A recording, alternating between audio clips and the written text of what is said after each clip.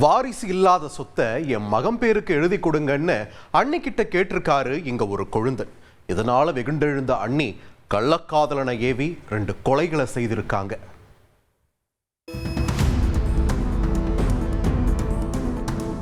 தொட்டக்காஜனூர் மலை கிராமம் மொத்தமும் அன்னைக்கு காவல்துறையினரோட முழு கட்டுப்பாட்டுல இருந்தது. இதே பகுதியைச் சேர்ந்த 55 வயதான சிக்கம்மாவும் அந்த அம்மாவுடைய பேரன் 11 வயதான ராகவனும் மிக கொடூரமான முறையில கொலை செய்யப்பட்டிருக்காங்க.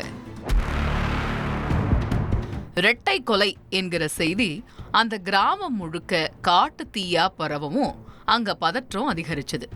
போலீஸ் மோப்பநாய் சோதனையில ஈடுபட்டிருக்காங்க. கொலை நடந்த வீட்டுக்கான பாதை மிக குறுகலா இருந்த காரணத்தினால ஆம்புலன்ஸ் மெயின் ரோட்லயே நிறுத்தப்பட்டிருக்கு. இத்தனை மக்களை தாண்டி 2 டெட் பாடியையும் ஆம்புலன்ஸ்ல ஏற்றுறதும் சவாலானதா தான் இருந்திருக்கு. கொலையானவர்களோட உடலை பெட்ஷீட்ல மூட்டை கட்டி எடுத்த மருத்துவமனை ஊழியர்கள் ஒரு வழியா உறவினர்களோட தள்ளுமுள்ளு எல்லாத்தையும் கடந்து மார்ச்சுரிக்கு அனுப்பி வச்சிருக்கிறாங்க. நடந்த இரட்டை கொலைக்கான காரணம் என்ன? 11 வயது சிறுவனை இவ்வளவு கொடூரமா கொலை பண்ற அளவுக்கு என்ன நடந்திருக்கும்? கொலையாளி இப்ப எங்க இருக்கிறாரு? இப்படி பல கேள்விகளுக்கும் விடை காண செய்தியாளரோட களத்துல இறங்கணும். ஈரோடு மாவட்டம் தாளவாடி மலைப்பகுதியில உள்ள அழகிய கிராமம்தான் தொட்டக்காஜனூர். தமிழக கர்நாடக பார்டர்ல அமைஞ்சிருக்கிற இந்த ஊர்ல 2 ஸ்டேட்ல இருந்தும் குடிபெயர்ந்து வந்தவங்க வாழ்ந்துட்டு வர்றாங்க. அப்படி கர்நாடக மாநிலத்தை பூர்வீகமா கொண்டவங்க தான் சிக்கம்மாவுடைய குடும்பம். இவரோட மகள் தொட்டம்மாவுடைய மகன்தான் கொலை செய்யப்பட்ட 11 வயது சிறுவன் ராகவன். தொட்டம்மாவோட கணவரோட பேரு மாதப்பா. இந்த தம்பதிக்கு ஒரு மகனும் ஒரு மகளும் இருந்திருக்கிறாங்க. இந்த சூழல்ல தான் கோடை விடுமுறையை கொண்டாடுறதுக்காக ராகவன் அவருடைய பாட்டி சிக்கம்மா வீட்டுல தங்கி இருந்திருக்கிறாரு. அப்போதான் யாருமே எதிர்பாராத இந்த படுபயங்கர சம்பவம் நடந்திருக்கு. அக்கம் பக்கத்துல குடியிருந்தவங்க கிட்ட விசாரிச்சப்ப அவங்க பாக்யா என்பவர் மேல ஒரு டவுட் இருக்குது அப்படின்னு தெரிவிச்சிருக்கிறாங்க. இந்த பாக்யா வேற யாரும் இல்ல, மாதப்பாவுடைய அண்ணன் ராகப்பா என்பவருடைய மனைவிதான் இந்த பாக்யா. சில வருடங்களுக்கு முன்னாடி ராகப்பா உடல்நலக் குறைவால காலமாகி இருக்காரு. பாக்யாவுக்கு வாரிசு இல்லாத காரணத்தால அந்த அம்மா தனிமையிலேயே வாழ பழகி இருக்காங்க. மாதப்பா குடும்பத்துக்கும் பாக்யாவுக்கும் பகை உருவாக என்ன காரணம் அப்படின்னு விசாரிச்சோம். அப்பதான் ராகப்பா பேர்ல 2.5 ஏக்கர் நிலம் இருந்ததும் அந்த சொத்தை அடையணும்னு மாதப்பா ரொம்ப நாளாவே முயற்சி பண்ணதும் தெரிய வந்திருக்கு.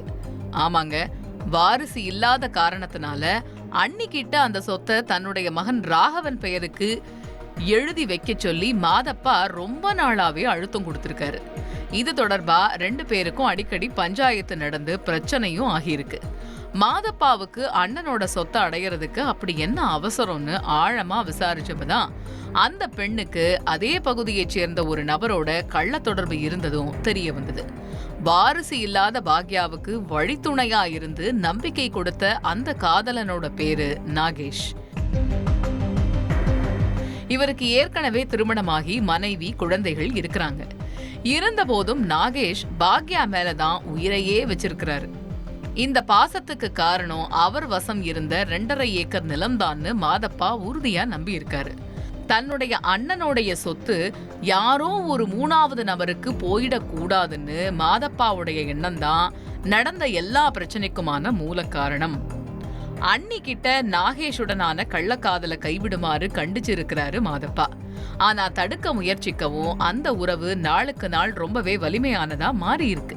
இந்த சூழல்ல தான் மாதப்பா அடிக்கடி அண்ணன் பேர்ல உள்ள சொத்தை மகன் பேருக்கு எழுதி கொடுக்க சொல்லி வற்புறுத்தியத பாக்யாவால தாங்கிக்க முடியல. அதன் காரணமா மாதப்பாவுக்கு வாரிசு இருக்கக்கூடாதுன்னு கள்ளக்காதலனோட சேர்ந்து திட்டம் போட்டிருக்காங்க. அதன்படி 11 வயசு சிறுவன் ராகவனுக்கு நாள் குறிக்கப்பட்டிருக்கு. சம்பவம் நடந்த அன்னைக்கு சம்மர் ஹாலிடே கொண்டாட ராகவன் பாட்டி வீட்டுக்கு போயிருக்கிற தகவல் நாகேஷுக்கு கிடைச்சிருக்கு. இந்த சந்தர்ப்பத்தை மிஸ் பண்ண கூடாதுன்னு நினைச்ச நாகேஷும் பாக்யாவும் அவங்களோட திட்டத்தை செயல்படுத்தி இருக்கிறதா சொல்லப்படுது. கொலை வெறியோட சிக்கம்மா வீட்டுக்கு போன நாகேஷ் அங்கிருந்த பாட்டியையும் பேரனையும் சுத்தியலால சரமாரியா வெட்டி கொலை செஞ்சிருக்கிறது விசாரணையில உறுதியாகிருக்கு. நடந்த சம்பவம் தொடர்பா கொலை கேஸ் ரெஜிஸ்டர் பண்ண போலீஸ் கொலையாளி நாகேஷையும் கொலைக்கு உடந்தையாயிருந்த பாக்யாவையும் கைது பண்ணி அவர்களிடம் தொடர் விசாரணை மேற்கொண்டு வராங்க.